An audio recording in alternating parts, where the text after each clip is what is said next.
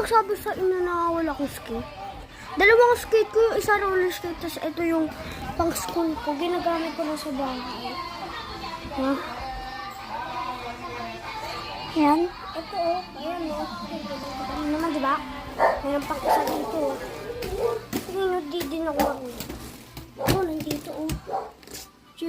Diyan siya oh. Tsaka wag niyo akong sabihin na wala akong skate. Paano kung naging totoo yun? Taray pala. Turuan ko daw kayo ng steps. Marunong ba kayo?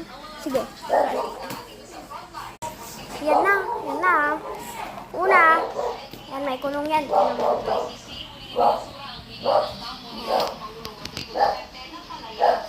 Ayan na. Kita nyo ha. First, ganito.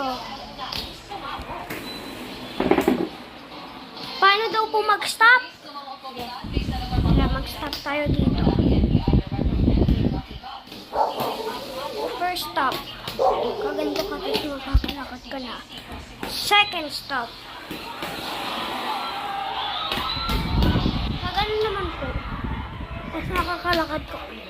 Pagkatapos, uupo ka. Then luluhod ka.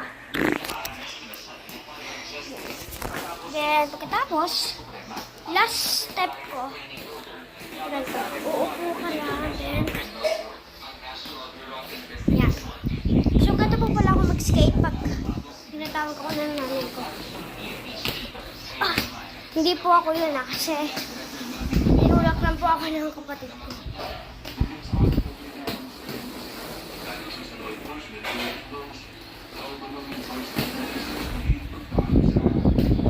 Yan, sige na, bye.